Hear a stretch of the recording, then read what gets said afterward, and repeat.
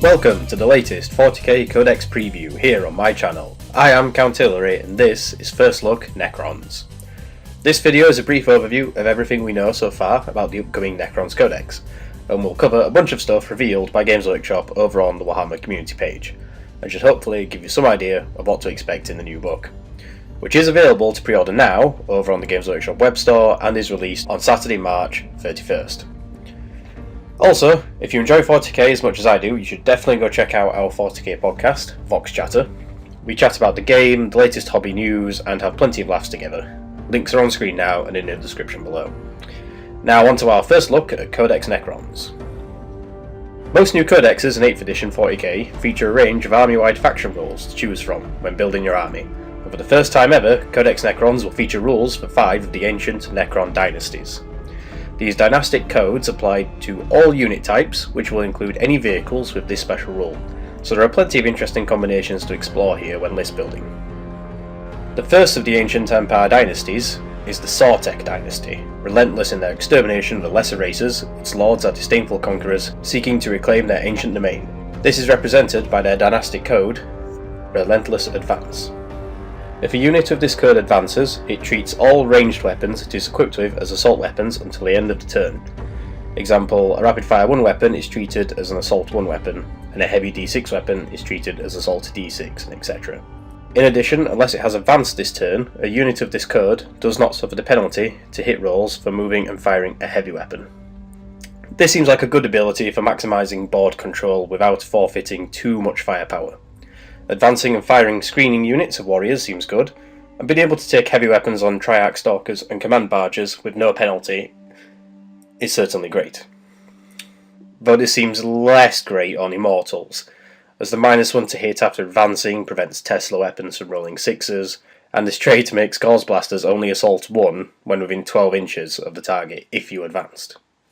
This feels like a build-around trait best focused on heavy weapons, but as both Destroyers and the Monolith already ignore movement penalties, I don't see why this is a huge incentive. By comparison, the Sortek Warlord trait, Hyperlogical Strategist, is a great reason to consider choosing this dynasty. Once per battle, you can reroll a single hit roll, wound roll, or damage roll made for your Warlord. In addition, if your army is battle-forged and your Warlord is on the battlefield, roll a d6 each time you spend a command point to use a stratagem.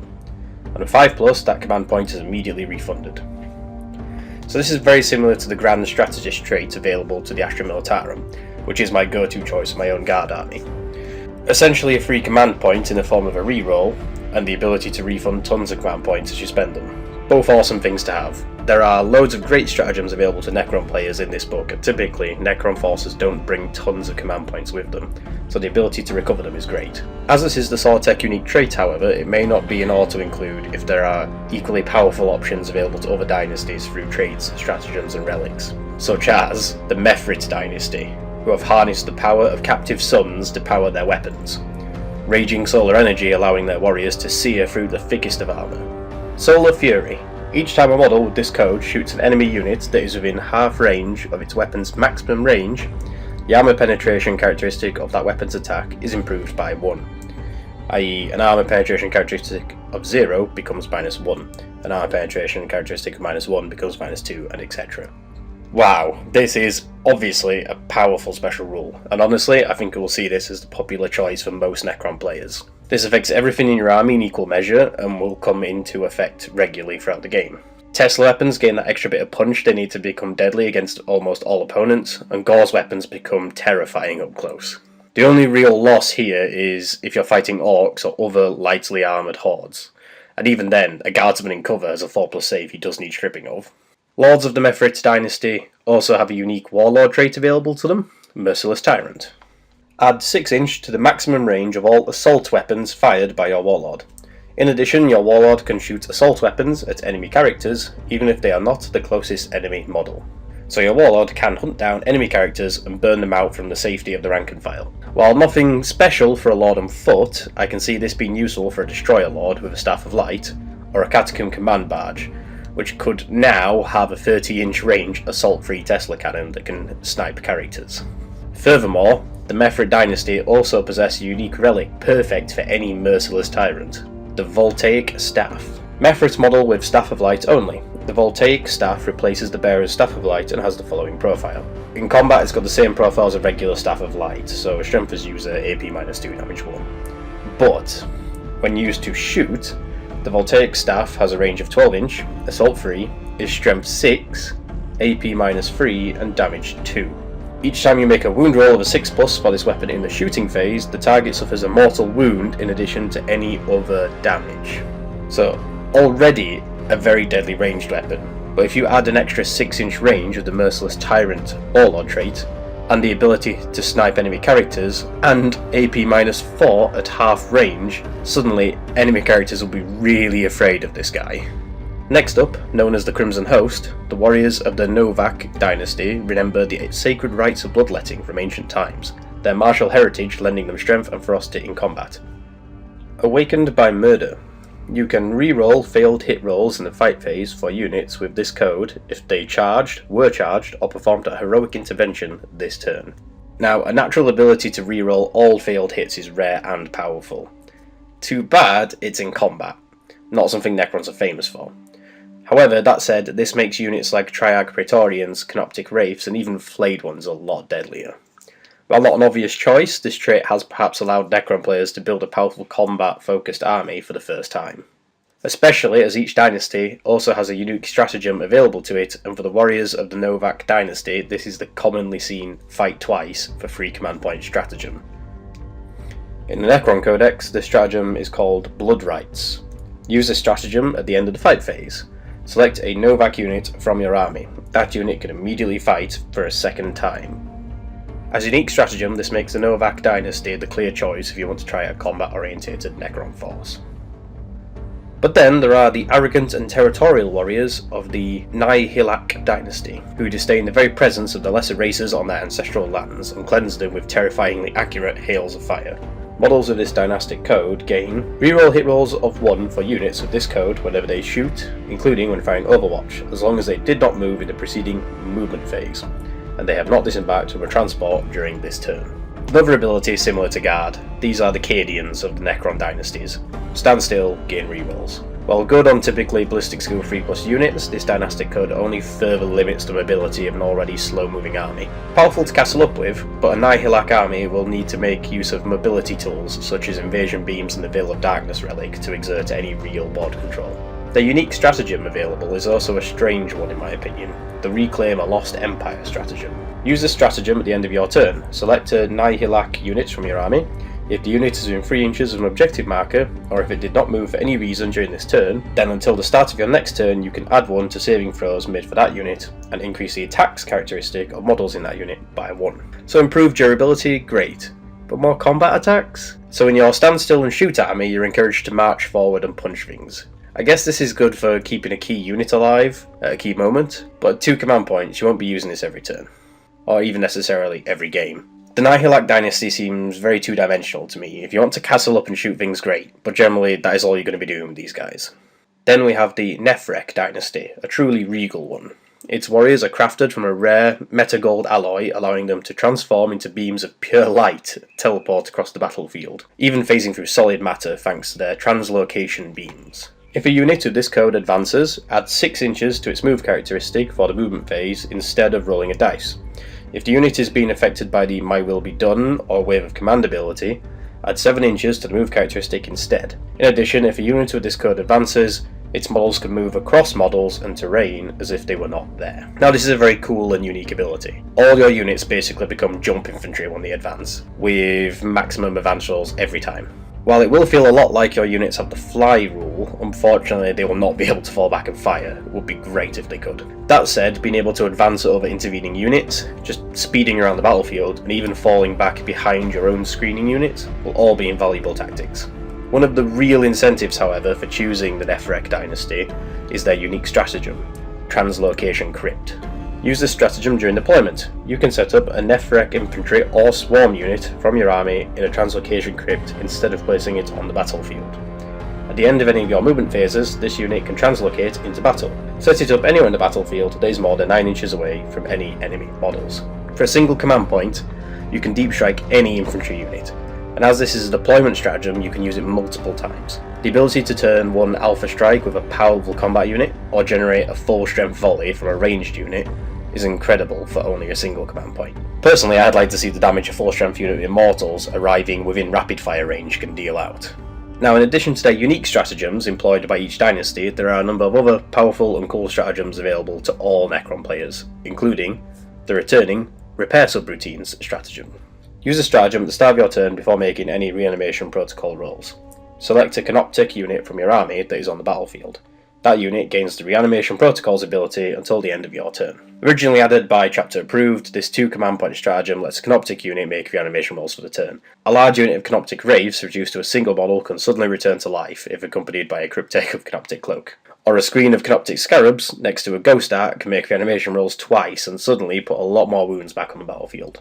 I like the inclusion of this stratagem, both for gameplay and for those narrative moments when the killer robot insects refuse to die and horrifically return to life to murder the living once more.